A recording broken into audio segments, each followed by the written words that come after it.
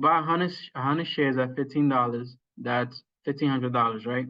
Boom, the stock doubles. That means your money doubles. So up here, when you get to the green, you're at $3,000. Now, at this point, we've hit a resistance, right? So we need to be ready for bumpy weather, right? It's not going to be a smooth ride like this smooth wave up. It's not going to be that smooth, right? Because right now, there's a lot of indecision, right? And there's a lot of people, or all the traders that got in, right, at 15, they're going to get out at 30. They're trader. Their mindset is to get in, get out at 100% profit. That's amazing, right?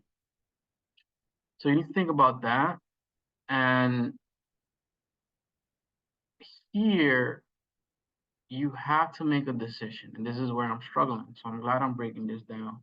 You have to make a decision here, especially because you already made 100%. So you most likely hit your target, right? So once you get here, these are some things that you could do, right? You can just sell everything and keep your $3,000, right? Wait for a better entry, which that works, right? You over here, you collect your $3,000 and you just wait. You would have been rewarded, right? Because over here, that $3,000 would have bought you 200 shares versus the 100 you had, a few weeks ago. So selling and waiting in this situation pays off, right? So that's one thing you could do. Once you get up here, you can also sell a higher call, right? So if the stock just hit 31.30, right? You can sell the 33 call, like whatever looks good, right? Even the 31 call. You can sell those to collect premium, right? So what happens is, let's say you sell the 31 calls expiring 3 months out for $600, right? So as the stock is going away from that 31 strike that you're selling, that position starts to depreciate, which you want because you already have that money, right? So that money is already in your account. So if it evaporates, that's good for you because you don't have to pay it back. You just keep it. So that's what you want. You want it to evaporate. Right over here, that contracts that you were selling is pretty close to evaporating, right? There's really no value there. So what you can do is, remember at this point you have 100 shares plus the $600 in premium that you have, right? And you have a spread. So what you created was a spread position. By selling a higher call here, you have your spread, you have your buy side, which is well, you don't have a buy side for the spread because we're doing this with shares.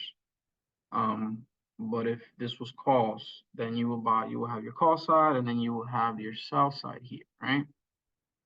So when you get over here, you can buy back your position that you sold for $600. That position might be worth like $100, right? So you could buy that back for 100, right? Boom. But you have 600. So the extra 500 stay in your pocket. So just by selling a peer call, you were able to collect $500 on the way down, right? So now when you get here and you sell, you still have your 100 shares, but now you have an extra $500. Right now you can use that $500 to, buy more shares and increase your position, and you could just keep doing that, rinse and repeat until you accumulate more shares, right? So that's how it works in an ideal world. Um, that's just one approach,